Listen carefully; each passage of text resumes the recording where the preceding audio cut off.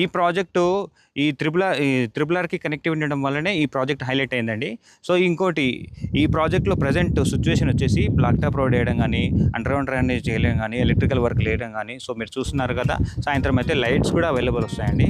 So మనకు అలానే ఈ వెంచర్లో క్లబ్ హౌస్ వచ్చేసి 1 ఎకర్లో ఇచ్చారండి. చాలా అద్భుతంగా డెవలప్ చేస్తున్నారు. Swimming pool, gym, super market కానీ అన్నీ దాంట్లోనే ఉంటాయండి.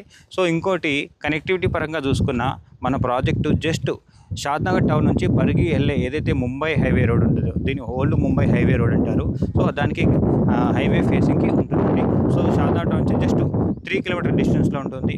అలానే మన వెంచర్కి ఆపోజిట్ జస్ట్ 500 మీటర్ డిస్టెన్స్లో ఎలికట్టర్ సెజ్ ఉంటుందండి. సో ఎలికట్టర్ సెజ్లో అదాని డేటా సెంటర్ కానీ, మైక్రోసాఫ్ట్ డేటా సెంటర్ కానీ, ఇంకోటి కొంచెం ముందుకు దేశాబాద్ ఉంటుంది. దేశాబాద్ రోడ్లో చాలా రకాల మల్టిపుల్ కంపెనీస్ డెవలప్ అయ్యాయి.